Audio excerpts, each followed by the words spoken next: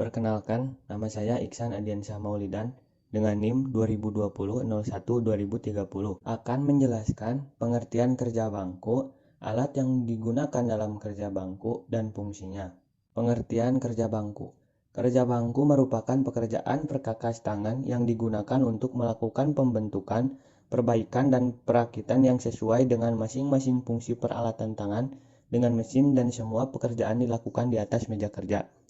Kerja bangku meliputi pekerjaan yang bisa atau dapat dilakukan di atas meja seperti mengikir, mengetap, menggerinda, melukis, menandai, menggergaji, menekuk, mengebor, dan pekerjaan berakit serta finishing. Alat yang digunakan dalam kerja bangku dan fungsinya. 1. Ragum. Ragum adalah suatu alat penjepit untuk menjepit benda kerja yang akan dikikir, dipahat, digergaji, ditap, disnei, dan lain sebagainya. Dengan memutar tangkai atau handle ragum, maka mulut ragum akan menjepit atau membuka atau melepas benda kerja yang sedang dikerjakan. 2. Mesin bor atau drilling. Mesin bor digunakan untuk mengebor atau membuat lubang pada benda kerja seperti plat aluminium, besi, dan lain sebagainya. Untuk mengebor biasanya digunakan alat bantu tangan untuk memberi tekanan bor. 3. Snai. Snai berfungsi untuk membuat ulir pada sepotong besi bulat atau untuk memperbaiki ulir pada baut yang sudah rusak. 4. Tap. Tap berfungsi untuk memotong ulir agar cocok untuk baut pasangannya atau baut tanam. Alat ini dapat digunakan untuk memperbaiki ulir pada mur atau alat yang sama yang ulirnya tidak teratur. 5. Handle snai. Handle snai digunakan untuk menahan thread die dengan kuat agar operator atau mekanik dapat memberikan tekanan yang merata dan tuas tidak miring. 6. Handle tap. Handle tap berfungsi untuk menahan tap dengan kuat untuk memungkinkan mekanik memberikan tekanan yang kuat dan merata pada sistem tuas dan untuk memastikan bahwa sudut cut thread adalah 90 derajat dengan komponen tersebut. 7. Sikat baja. Sikat baja biasa digunakan untuk menghilangkan karbon, bahan gasket yang lama dan kotoran atau karat dari permukaan logam. 8. Gergaji besi. Gergaji besi digunakan untuk memotong bermacam-macam logam campuran atau alloy dan baja dengan kadar karbon rendah, yaitu logam lunak. 9. Penitik. Peruncing biasanya digunakan dengan hammer untuk membuat titik atau tanda pada sepotong baja sebelum menggunakan sebuah bor. Titik atau tanda tersebut mencegah bor agar tidak menyimpang dari posisi lubang yang diinginkan. 10. Penggores. Penggores adalah alat tangan yang digunakan dalam pengerjaan logam untuk menandai garis pada benda kerja seperti kayu atau logam yang akan dipotong. Proses menggunakan penggores hanya untuk menandai titik, untuk selanjutnya dikerjakan oleh mesin. 11. Siku-siku. Siku-siku adalah sebuah alat ukur yang terdiri dari badan dan daun siku, di mana badan lebih tebal dan lebih berat jika dibanding dengan daunnya. Hal ini berfungsi untuk ketepatan dan kemantapan pegangan sewaktu digunakan. Fungsi siku-siku hampir sama dengan busur derajat, yaitu untuk membuat garis sudut, memeriksa kemiringan atau kesikuan bagian suatu benda, memeriksa kerataan permukaan benda. 12. Pahat. Pahat digunakan untuk memotong, repeat head, baut, mur, lempengan logam yang ringan. Pahat ini bisa digunakan untuk berbagai macam pakaian di mana komponen-komponen yang dipasang terlalu kencang harus dilepaskan. 13. Kikir rata dua sisi. Kikir rata dua sisi digunakan untuk meratakan bagian benda kerja setelah dipotong menggunakan gergaji besi atau gerinda dan juga pahat. 14. Kikir rata tunggal. Kikir rata tunggal digunakan untuk menyelesaikan permukaan pipih secara rapi. 15. Kikir bulat. Kikir bulat umumnya digunakan untuk memperbesar lubang-lubang atau permukaan pile bercekung kecil. 16. Meja perata. Meja perata ini berfungsi untuk menguji kerataan permukaan. Selain itu, meja datar digunakan untuk meletakkan benda kerja serta alat-alat menggambar. Biasanya meja perata terbuat dari besi tuang, keramik, atau batu granit. 17. Bolt cutter. Bolt dan batang logam dapat dipotong dengan bolt cutter. Bolt cutter memiliki handle berukuran panjang dan gerakan double lever yang menghasilkan keuntungan mekanis yang tinggi sehingga memungkinkan bolt dapat dipotong. 18. Tube cutter. Tube cutter digunakan untuk memotong pipa kecil, misalnya pipa bahan bakar. Tool ini dipasang pada pipa yang akan dipotong, sehingga pipa tertahan di antara cutting disc dan sepasang roller. Tool kemudian diputar di sekeliling pipa dan perlahan-lahan dikencangkan sampai disc memotong pipa. 19.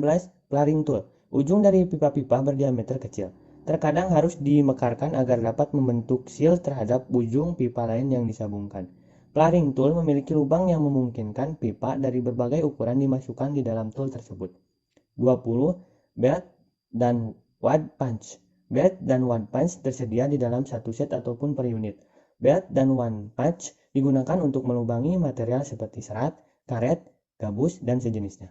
Gunakan selalu tool ini di atas kayu yang keras. 21. Arbor press. Arbor press memiliki tumpuan vertikal di sisi belakang. Pada bagian atas dipasangkan tuas lurus atau tuas menekan yang mempunyai rak gear. Press bar dipasang secara vertikal. Di dekat press bar terdapat peralatan adjustment. Ketika pengatur dioperasikan, press bar bergerak secara aksial ke atas dan ke bawah. Saya Arwani Hisanah Astianti dengan NIM 2020-012-010. Dalam video kali ini, saya akan menjelaskan tentang teknik mengikir. Mengikir adalah salah satu kegiatan meratakan permukaan benda kerja hingga mencapai ukuran, kerataan, dan kehalusan tertentu dengan menggunakan kikir yang dilakukan dengan tangan. Dalam hal ini, untuk mendapatkan hasil pengikiran yang presisi dan maksimal diperlukan pemahaman tentang jenis dan karakteristik kikir sebagai alat peraut atau pengikis dan teknik-teknik mengikir yang baik. Berikut teknik mengikir yang baik dan benar. Yang pertama, posisi kaki. Selama kegiatan mengikir, kita harus selalu berdiri di sebelah kiri ragum dengan posisi kaki sedemikian rupa dan tetap pada tempatnya. Jarak antara kaki kanan dan kaki kiri menyesuaikan dengan panjang kikir yang sedang digunakan. Jika dari atas, maka posisi telapak kaki kiri terhadap poros ragum sebesar kurang lebih 30 derajat dan kaki kanan sebesar kurang lebih 75 derajat.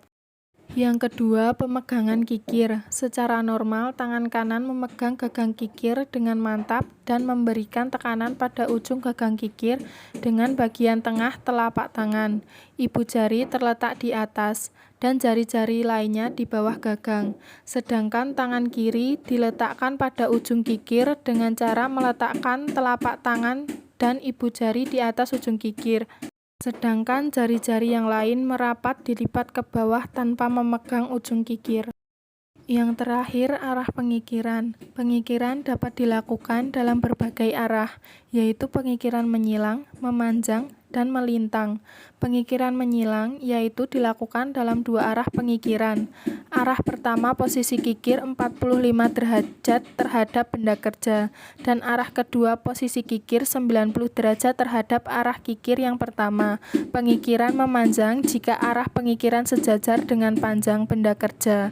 Pengikiran melintang jika arah pengikiran melintang terhadap benda kerja. Perkenalkan, nama saya Januar Gilang Pratama dengan NIM 2020-2001-2023 dari kelas Teknik Industri A. Di sini saya akan menjelaskan tentang teknik menggergaji dalam kerja bangku. Berikut peralatan utama dalam kegiatan menggergaji dalam kerja bangku adalah gergaji tangan atau hex shaft tangan, terdiri dari frame untuk pembentang daun gergaji, handle atau gagang untuk pegangan, pisau gergaji sebagai pemotong, mur atau baut pengencang untuk mengencangkan daun gergaji, dan stud tetap untuk menyantolkan pisau gergaji di frame. Ketika kita melihat mata gergaji, yang harus kita perhatikan adalah kekerasan dari benda kerja yang kita gunakan. Yang berikutnya, kita harus memperhatikan arah makanan dari mata gergaji yang dipasang. Kemudian, kencangkan ulir, jangan sampai mata gergaji melintir atau goyang, dan harus dikembangkan dengan tepat dan benar. Setelah itu, berikan penandaan dengan pen dan penggaris untuk melihat jelas tanda yang akan digergaji atau tips supaya lebih jelas saat menggergaji. Kemudian, pasang benda kerja pada ragum. Sebelum menggergaji, lakukan penandaan dengan kikir segitiga, supaya tidak mudah bergeser. Kemudian, lakukan penggergaji dengan gerakan maju mundur.